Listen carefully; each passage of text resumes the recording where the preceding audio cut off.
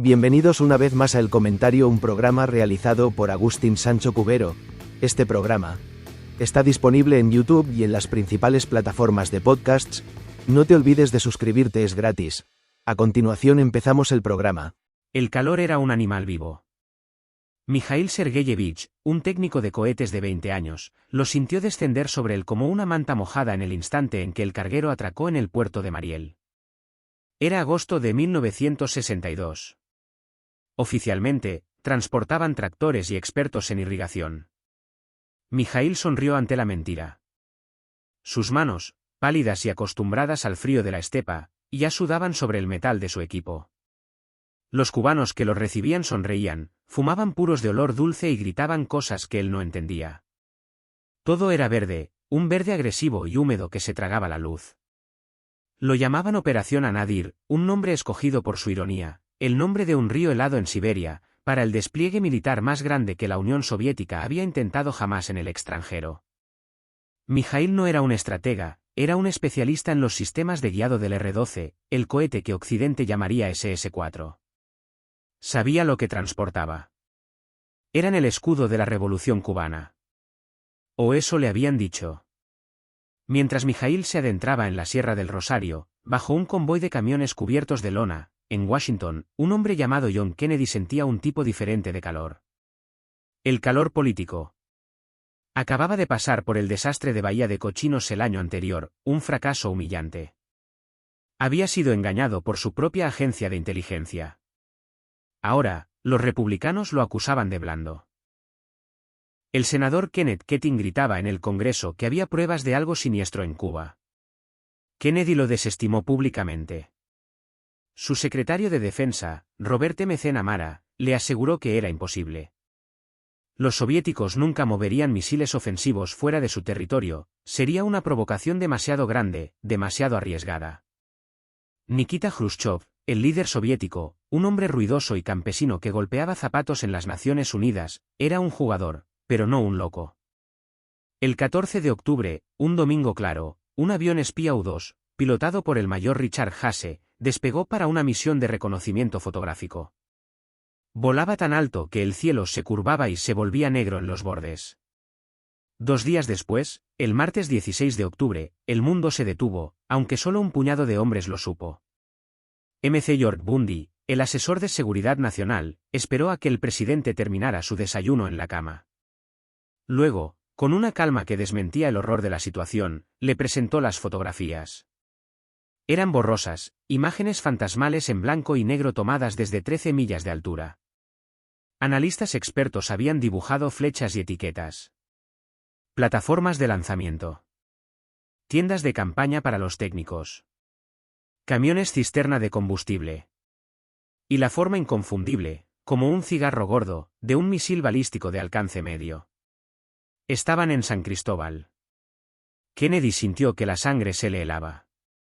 Lo habían engañado. El embajador Gromyko le había mentido en la cara apenas unos días antes, asegurándole que solo había armas defensivas. Kennedy se vistió en silencio. Convocó a un grupo secreto de sus asesores más cercanos. Lo llamaron el ExCom, el Comité Ejecutivo. Durante 13 días, esos hombres decidirían el destino del planeta. Mikhail, mientras tanto, trabajaba en el barro. Odiaba los insectos. Odiaba la humedad que oxidaba los contactos delicados. Los cubanos los llamaban rusos. Eran amigables, pero había una tensión. Los misiles R-12 estaban allí, en sus silos improvisados, apuntando al cielo. Eran armas toscas, necesitaban horas de preparación, el combustible era volátil. Pero una vez lanzados, podían alcanzar Washington, Dallas o Nueva Orleans en menos de 10 minutos. Mikhail se sentía poderoso y a la vez diminuto. Cerca de su campamento, un miliciano cubano llamado Alejandro vigilaba el perímetro. Alejandro había luchado en Girón. Había visto los aviones americanos bombardear a sus compañeros. Para él, los misiles eran justicia. Eran la garantía de que los yanquis no volverían a invadir. Patria o muerte, era un lema que sentía en los huesos. No sabía nada de equilibrio nuclear, solo sabía de soberanía. En la Casa Blanca, el debate era feroz. Las voces resonaban en el salón del gabinete, cargadas de café y falta de sueño. Los halcones, liderados por el general Curtis LeMay, jefe de la Fuerza Aérea, golpeaban la mesa. LeMay era un hombre duro, un bombardero de la Segunda Guerra Mundial. Su solución era simple. Un ataque aéreo quirúrgico. ¿Inmediar? Destruir los misiles antes de que estuvieran operativos. Luego, una invasión. LeMay comparó la inacción con el apaciguamiento de Múnich. Kennedy lo miró. Si atacaban, los técnicos soviéticos morirían. ¿Cuál sería la respuesta de Khrushchev? Berlín. Podrían tomar Berlín Occidental en un día. ¿Y entonces, qué? Kennedy se inclinó por la prudencia. Su hermano, Robert Kennedy, el fiscal general, se convirtió en la voz de la moderación. Robert habló del horror moral de un ataque sorpresa. Sería un Pearl Harbor al revés. Mancharía el nombre de Estados Unidos para siempre. Durante días, debatieron. Ataque aéreo. Invasión. Hacer nada. Negociar.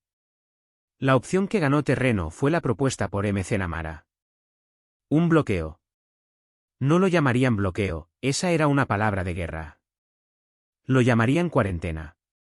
Una línea naval alrededor de Cuba para detener la llegada de más armas.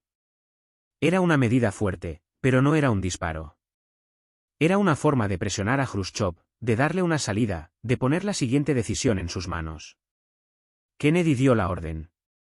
El 22 de octubre, lunes por la noche, el presidente se dirigió a la nación por televisión. Su rostro era grave, su acento de Boston nítido. Habló de la evidencia innegable. De las plataformas de misiles nucleares. De la amenaza directa a la seguridad del hemisferio. Declaró la cuarentena. El mundo contuvo la respiración. En San Cristóbal, Mijaíl escuchó el discurso en una radio de onda corta. El traductor del campamento palideció. Cuarentena. La base entró en alerta máxima. Las lonas fueron retiradas. Mijaíl y sus compañeros corrieron a sus puestos. El trabajo febril comenzó. Ahora tenían que hacer operativos los misiles R-12 lo más rápido posible. El combustible comenzó a bombearse. El aire olía a queroseno y a miedo. Alejandro, en su puesto de guardia, escuchó el ruido de los generadores. Sintió el suelo vibrar. Vio a los rusos moverse con una urgencia que nunca les había visto. Supo que el momento había llegado. Apretó su fusil checo. Si los yanquis venían, morirían en la playa. En el Kremlin, Nikita Khrushchev estaba furioso. El joven Kennedy se había atrevido a desafiarlo. Había subestimado al niño rico. Pero también estaba asustado.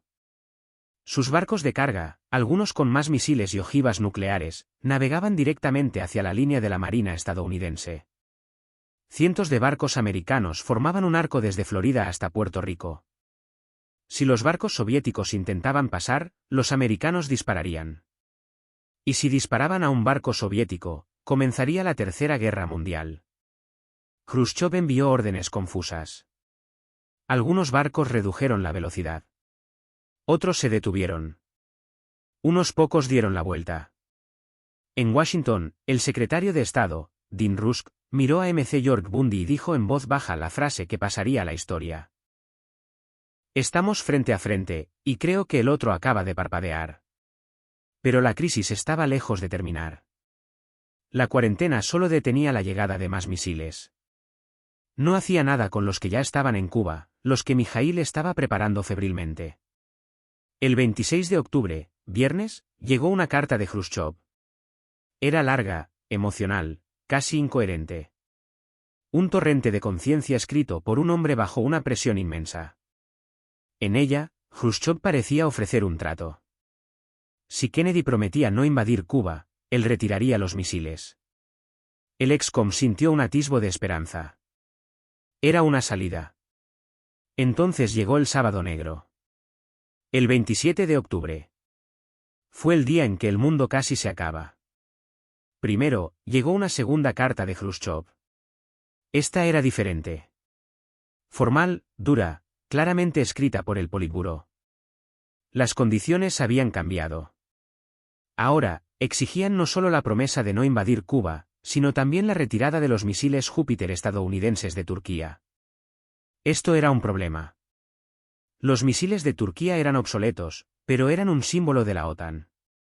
Retirarlos bajo amenaza parecería una derrota catastrófica. Mientras el ExCom debatía esta nueva y terrible exigencia, las noticias empeoraron. Un U-2 estadounidense, volando sobre Cuba, fue derribado.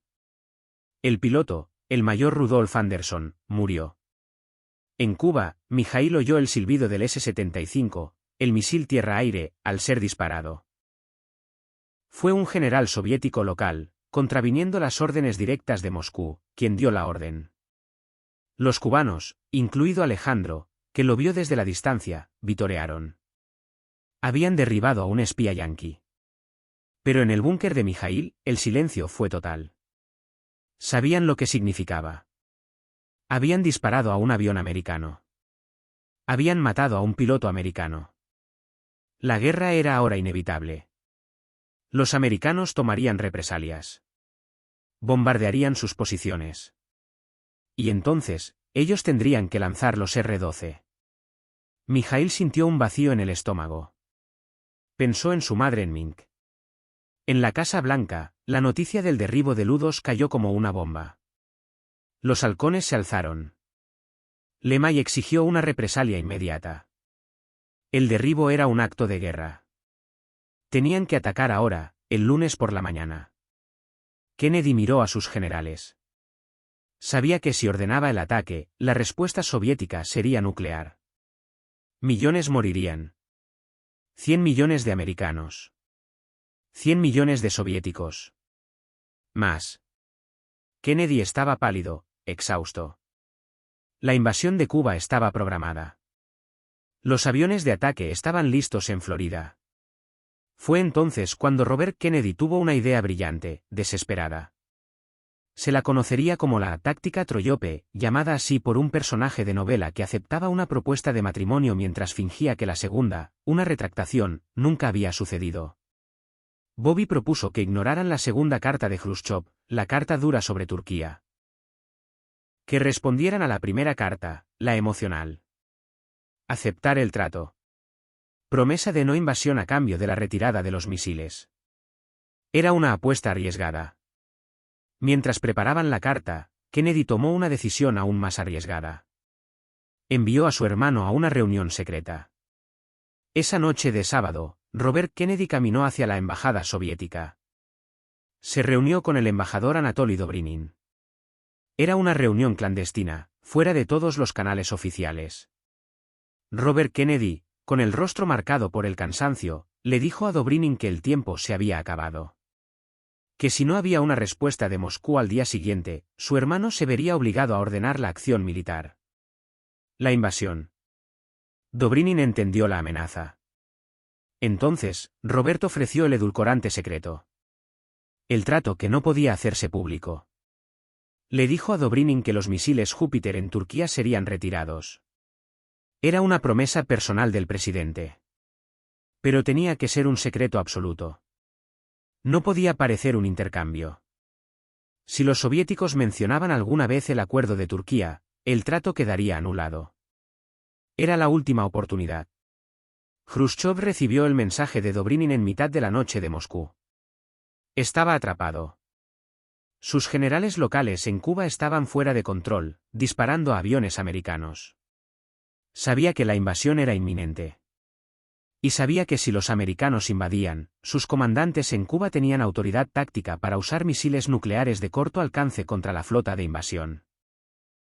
Sería el apocalipsis. El acuerdo secreto de Turquía le dio la excusa que necesitaba. Podía decirle a su Politburó que había ganado una concesión.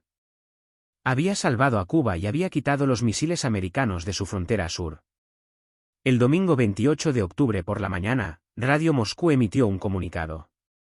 La Unión Soviética había decidido desmantelar las armas en Cuba y devolverlas a casa. La crisis había terminado. En la Casa Blanca, el alivio fue tan profundo que fue casi doloroso. Kennedy ordenó a la Marina que no abordara ningún barco. En Cuba, Mijaíl recibió la orden de desmontaje. Sus manos temblaban mientras desconectaba los cables de guiado. Sintió una mezcla de alivio y una extraña decepción. Habían llegado tan lejos. Habían construido los nidos del águila. Y ahora se iban a casa. Nunca había llegado a disparar su arma. Alejandro, en La Habana, escuchó la noticia con incredulidad y luego con rabia. Castro estaba furioso. No le habían consultado. Se sintió como un peón en el juego de las superpotencias. Los soviéticos se iban, y los yanquis seguían allí, en Guantánamo. La revolución se sentía traicionada, aunque salvada. Mijaíl subió al carguero unas semanas después. El viaje de vuelta fue tormentoso. El metal del barco crujía. Miró hacia atrás, a la isla verde que se encogía en el horizonte, ese lugar extraño y caluroso donde casi había muerto por una causa que apenas entendía. Había sido un soldado en la guerra más importante de la historia, una guerra que nunca se había librado. Cuando John Kennedy fue asesinado un año después, en Dallas, una de las ciudades que los misiles de Mijaíl habían tenido en su mira, el mundo lloró. Cuando Khrushchev fue depuesto, en desgracia silenciosa, pocos lo notaron. Alejandro siguió en su milicia, envejeciendo con la revolución, siempre vigilante. La historia siguió adelante, pero durante 13 días de octubre, en 1962, se había tambaleado al borde de la nada, sostenida únicamente por el miedo, el azar y la voluntad desesperada de dos hombres que decidieron que un mundo quemado no era una victoria para nadie. Hasta aquí esta edición del programa del comentario, un programa realizado por Agustín Sancho Cubero. Este programa está disponible en YouTube y en las principales plataformas de podcasts. Hasta la próxima edición del programa. Muchas gracias. Dirección y realización Agustín Sancho Cubero.